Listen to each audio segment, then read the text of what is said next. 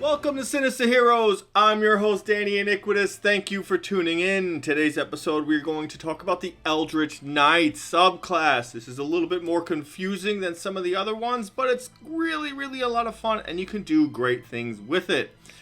This episode is again produced by our good friend D-Span. Please check him out. He's really trying to educate people on ways and understandings about the bettering your life and bettering your physicality, and really understanding that you don't have to be perfect. You don't have to aim to be perfect. You just have to aim to have a better life. It's a great thing to listen to. It's really inspiring for people that are nervous about starting, and he's really given a couple of tips to help people get to that point. Without further ado, let's get into the video. The Eldritchknight comes to us from the player's handbook. It is a real mixture of fighting and magic casting, or what people who are very familiar with the game call a Gish. It is a very cool concept to be able to be wielding a sword and casting some spells. If you like games like Dark Souls or The Witcher, a lot of the things about this is going to kind of feel like building a character along those lines, where you can mix magic and fighting. Problem is, it's a little bit complicated. It's a little hard to understand and outweigh some of the pros and cons as to how to use some of these abilities. It gives you action availability to get a certain number of spells from evocation and abjuration specifically. And evocation is really your damage dealing spells, and abjurations are like your shield spells and things like that. Understand it's a little different when you're playing an Eldritchknight because you're not a full caster, so you'll never be able to cast level 9 spells or really high level spells at any point.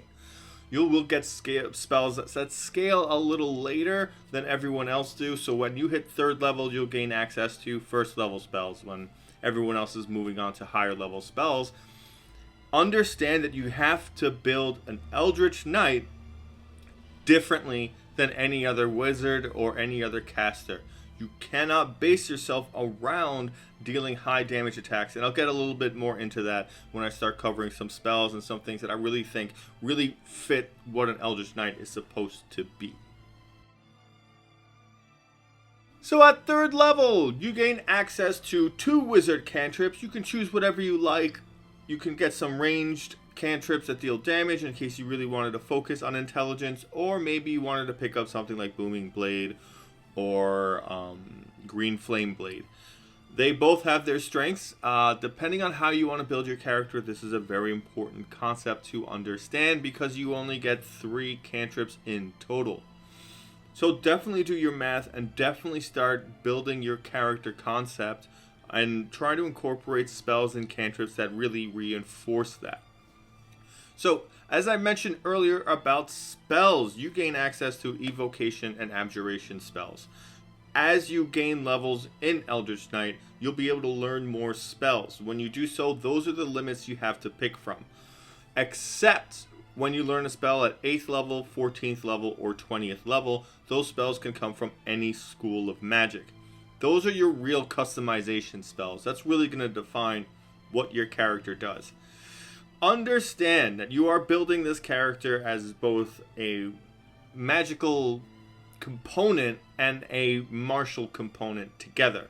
Your spellcasting ability is going to be based around your intelligence modifier. So if you want higher spell save DCs, definitely want to get that up there. You definitely want to have it at least workable for some of the things that you need to do later on. We'll touch more about that as we get into some of the other skills. Understand that because you are a fighter and you are using some magical abilities, building your character around purely doing offensive spells isn't really the best use of your skills. It's gonna seem a lot less flashy the further you go, but I want to talk about some things that you really got to put into perspective. So at 3rd level, you gain access to 1st level spells. At 3rd level, a wizard is already on 2nd level spells, which isn't that far behind. You know, it's really quite comparable at that point. At 7th level, you get access to 7th levels. At 7th level, a wizard already has access to 4th level spells, which means that they got Fireball, before you hit 2nd level spells. 4th level spells, they can banish monsters, they can polymorph, they can put walls of fire around. There's a big amount of things you can do that even begin to start warping reality. You can put down Evard's black tentacles at 4th level. That is a very big change in what damage expectancy is. I'm not doing this to discern you from choosing damage dealing spells. They have their place. At 13th level as an Eldritch Knight, you gain access to 3rd level spells. So at 13th level, you'll be able to cast Fireball if you chose to do so. At 13th level, a wizard is on level 7 spell slots. So they're really high up there. At 19th level is when the Eldritch Knights get to the final access to 4th level spell slots. At 17th level, the wizard already has access to 9th level spell slots. So understand they're casting Wish when you're casting something like Vitrolic Sphere. Building your spells around who your character is very important. The best things about an Eldritch Knight is that you can really make yourself into a magic fighter. And what that means is something I want to touch on with certain spells to enhance your already incredible kit. Some of the things I'm talking about is Absorb Elements, which is a reaction. So when you get hit with a spell that does like fire, lightning, ice, cold, or acid damage, any elemental damage, you can take reduced damage because it gives you resistance to that damage. And your next attack will incorporate like a d6 of that damage type on your weapon swing. You get shield, so if you're jumping into a group of enemies, bumping up that shield is probably going to shoot your AC up to 24, 25, depending on where you are and what you're doing. Those kinds of things are very beneficial, and those are really 1st level spells.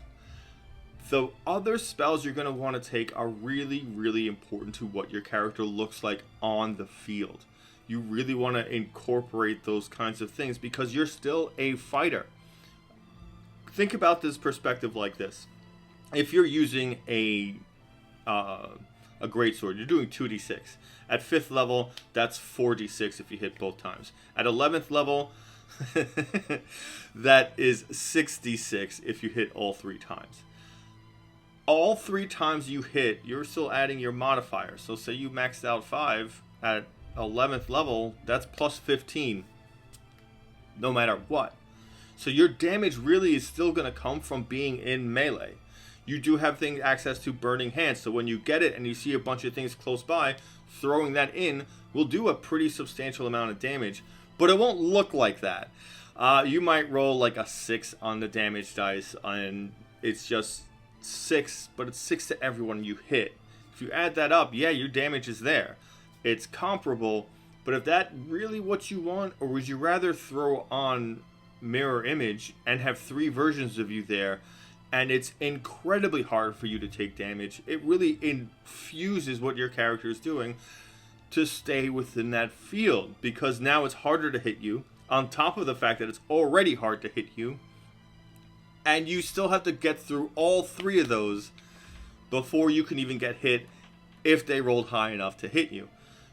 Understand, doing things like that is really going to bring your character into what an Eldritch Knight can be. Yeah, you want to have a couple of range options no matter where you are, no matter what you're doing.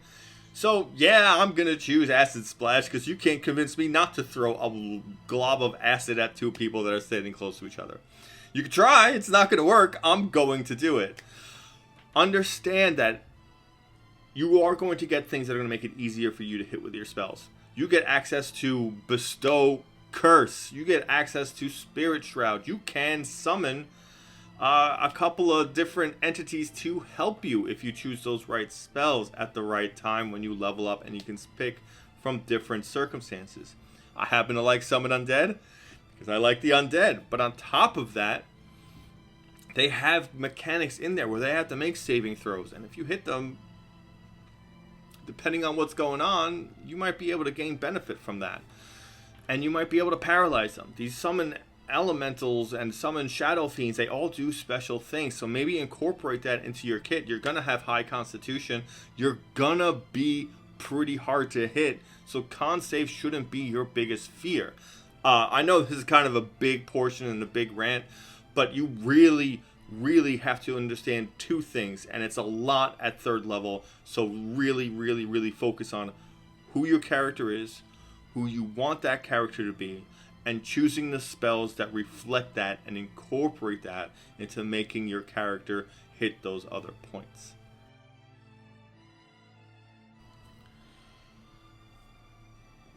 At third level, you also gain access to really your first Eldritchknight skill, Weapon Bond. You learn a ritual that creates a magical bond between yourself and one weapon. You perform the ritual over the course of 1 hour, which can be done during a short rest. The weapon must be within your reach throughout the ritual, at the conclusion of which you touch the weapon and forge the bond. Once you have bonded yourself to a weapon, you cannot be disarmed of that weapon unless you are incapacitated.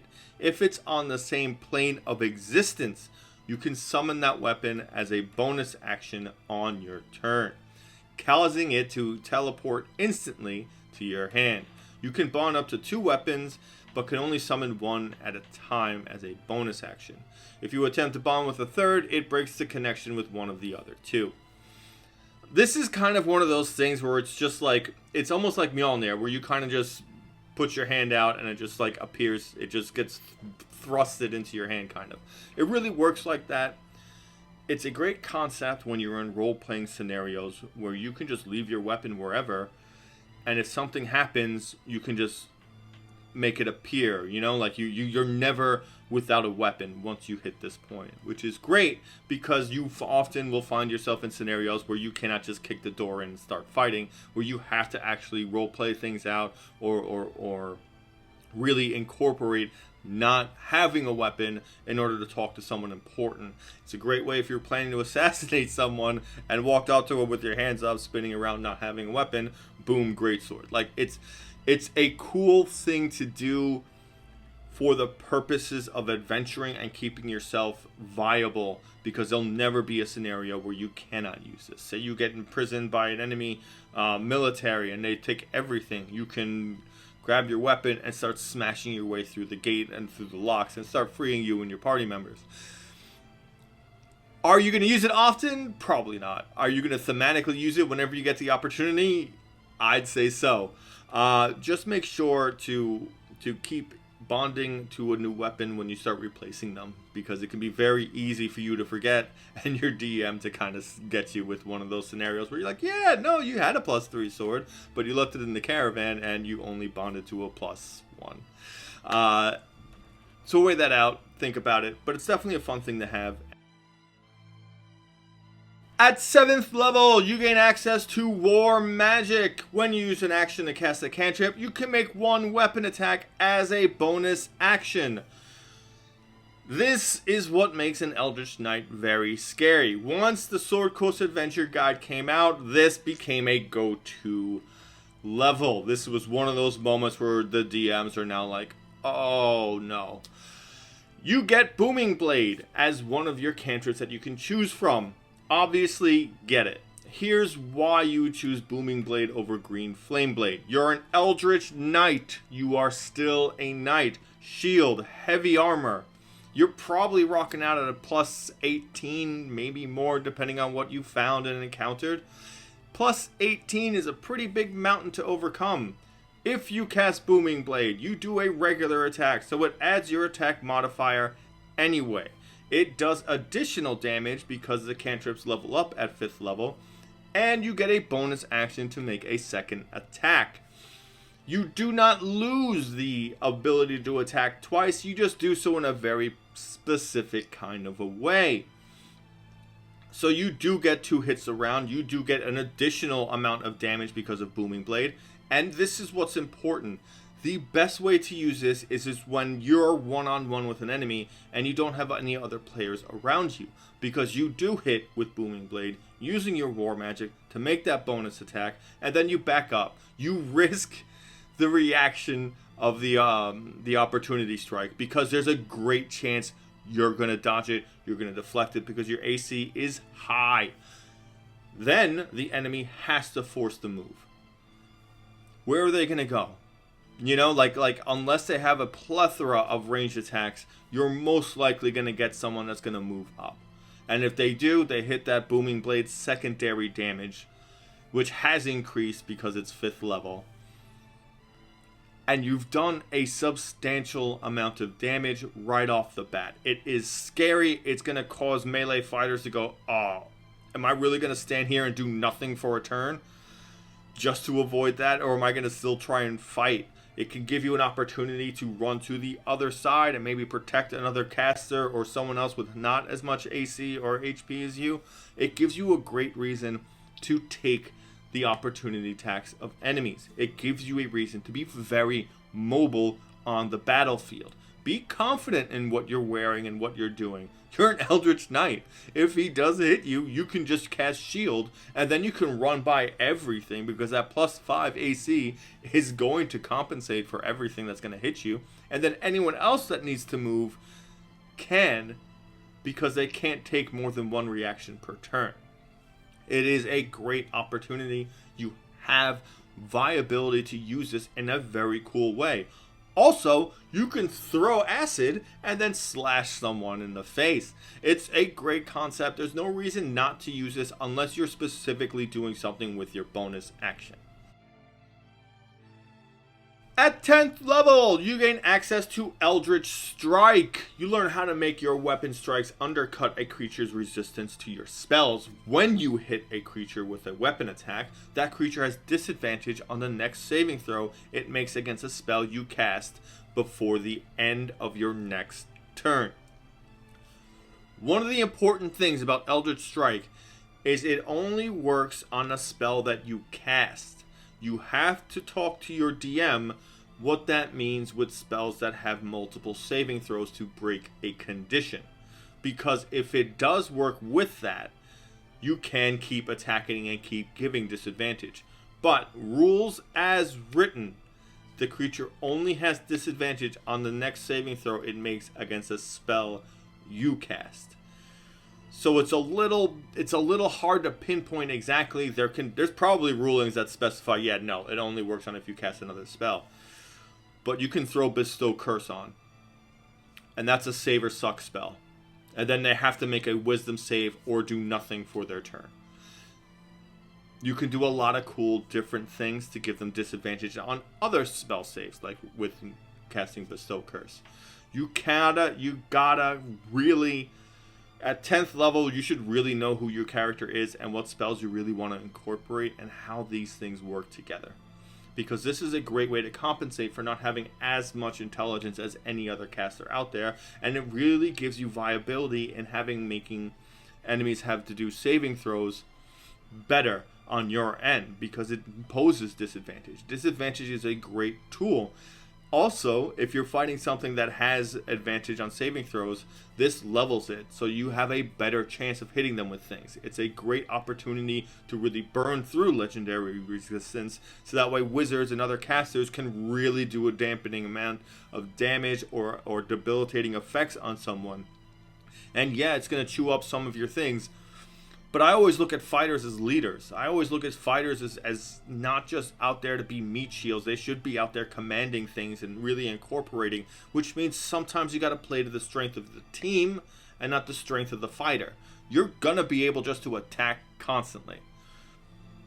That's who you are. That's what you do. Making sure you can make it so that way other characters can reach higher points in whatever it is they're trying to do is really going to gel really well. And your availability to reduce legendary resistance because of this and give you better access to hitting some of the spells that are harder for you to hit can really do a lot of great things. You can get items like the Band of Intellect that bumps your intellect up to 19. That's good enough to make it basically through the whole game. And you can rock out and really do a number on getting some of these save or suck spells to hit. And you can choose them, because you can choose them at other levels. And when you get those spells that you can choose from any school of magic, when you raise up to other levels, you can switch those spells out for other spells that you can cast that are of any other school of magic. Just maintaining that you only have a number of free spells equal to the level in which you gain them to be. So if you're at level 8, you have 1, I think it's 11, you have 2, or whatever that number is. understand that and really use that to grow with your levels as you get up. So maybe you hit like another, when you hit 13th level, you have 3rd level spells, drop a 2nd level spell that you grabbed from any school and incorporate a 3rd level spell, and really change up who you are and really lean into this, because this gives you the opportunity to stay on par with your spell casting ability. At 15th level, you gain access to Arcane Charge. You gain the ability to teleport up to 30 feet to an unoccupied space you can see when you use your action surge. You can teleport before or after the additional action. I would always do this as kind of like that perfect samurai moment where like a whole bunch of attacks happen or something, or maybe just like it seems that way and like the enemy's halfway across the room and they just sheathe their sword and everyone just kind of gets hit and falls apart. I consider it like that, where I would just go in, attack, action surge, attack everything I could, and then teleport myself away. I think it just looks cool. I think it's very, very fun.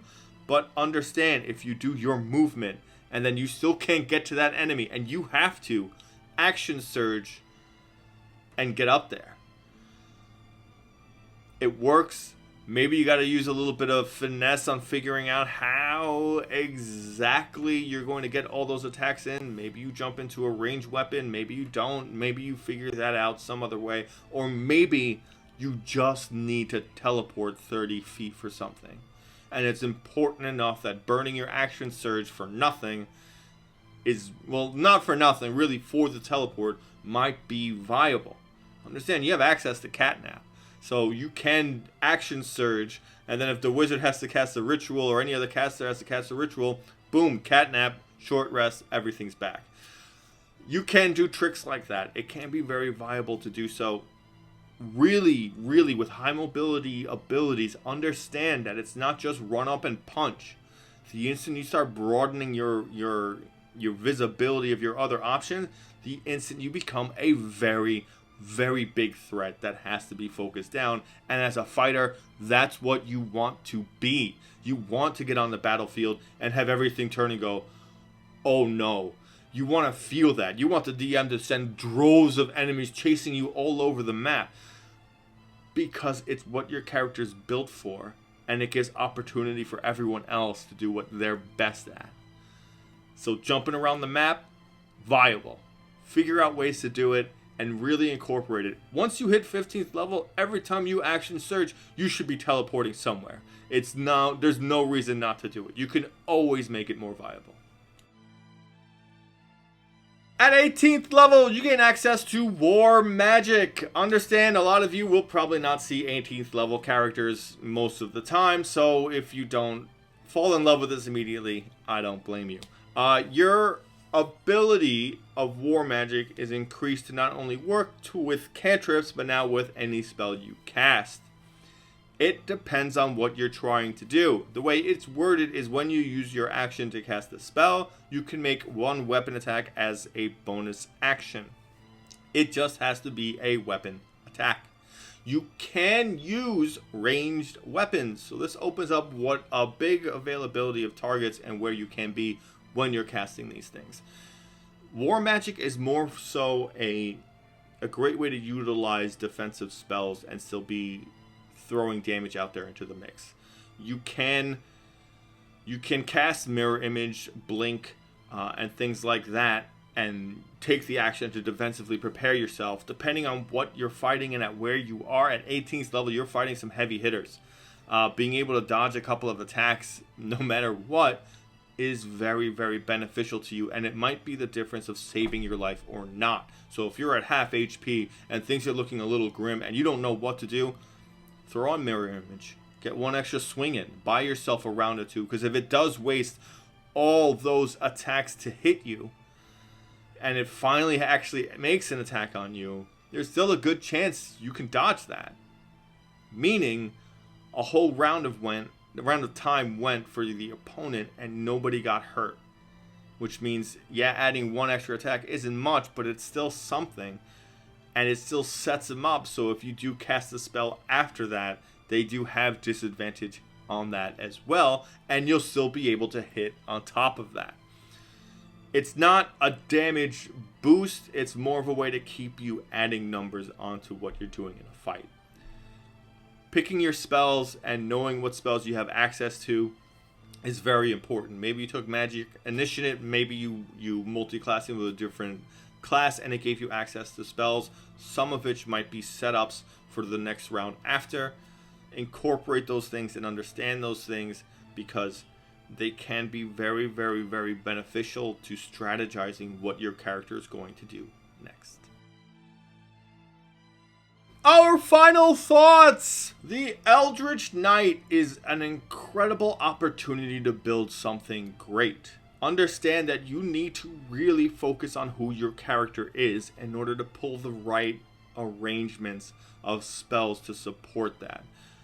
Sometimes you gotta choose the not flashy option and really work on being imposing in combat or difficult to overcome. You're an obstacle. You're heavy armored. You have a lot of HP. Even if you go and use dexterity more, which I would prefer in this kind of a build, just because I think it's more beneficial to you to be able to go fast in combat, to be able to make those dex saves, and to be able to just use ranged weapons a little bit more effectively, because there will be scenarios where you might need to do so. And I think it's a great benefit to this character to kind of stick along those lines. But you're an Eldritchknight. You do need to spell focuses and arcane focuses or spell components to cast some of these spells. So you might need to put down your shield or whatever, or incorporate that. So if you wanted to go two-handed weapon and just go in there like a monster, you have the availability to do so. And it's very complementary to casting some of the spells to have that free hand to do so. And you always have shield to compensate. You can build a great, incredible character out of just mixing the abilities of magic and a warrior, like a fighter. You can build Geralt from Rivia. You can build, any Dark Souls character you want, and incorporate these things to help really bring your character around and really make your character into something that's specific. Like Loki always uses mirror image. There's always multiple duplicates of Loki around. Yeah, it's not exactly the same thing, but incorporating that into combat might give you the availability to do that, and it reflects really well on mischievous characters. You can get access to fear and things like that. So build your character how you want. Understand the strengths of a fighter is high constitution, high armor class, getting up in the middle. So picking spells that require concentration is not a bad thing for you. Picking spells that debilitate as opposed to dealing damage might fit that very well. And if you start debilitating enemies, you're now really like a bad guy. Like, you're really, really just draining their ability to do things. And that is a cool ability and concept, because that changes who you are in the battlefield, because you're not just a pawn running forward and attacking. You're now causing the world around you to be forced into dealing with you, because it's so much harder to succeed when you're hindering them, especially with spells, especially with abilities like Spirit Shroud, where enemies around you get their speed reduced by 10. So if they have to go through you, that's really hard. You throw up a wall of sand and you're the only passageway through is through you, and you bring it up right to the point where you're at. You know there's enemies there, and you can keep hitting and they're blinded, so they can't see anything. You can incorporate things. You can do the same thing with Wall of Fire and then Booming Blade, and then they have to decide, are you going to sit in Wall of Fire and take additional damage, or are you going to move and take the Booming Blade damage anyway, and then still get attacked anyway because you're still hitting with War Magic? You can build scary scenarios for your opponents, and you can really create these great moments with it. But you really have to focus on who your character is and really build your abilities around that, and not the other way around. Don't make a generic character and pick cool things and then try and build your character backwards. make someone who wants to be able to do these things and build these spells specifically as skills that fit that kit. Like you're making a monster in, like, for the Dungeon Master's Guide, you know, like build a character, give them skills and abilities that reinforce that. And don't think of it as spells like that, because if you think about it as techniques or skills, it's a little easier to kind of conceptualize what this is. It's awesome. It's a lot of fun. Anything that's creative and requires a lot of homework, I tend to love so much. You can build great things. It's very, very cool to get in there and work with that. So again, we want to thank our producer, D-Span, for getting us everything we had to, and trying to help people get educated on making their lives a little bit better. And I want to thank you all again. Please keep sharing and commenting and subscribing. We love to hear from you guys. And thank you for giving a Spooky Kid a chance.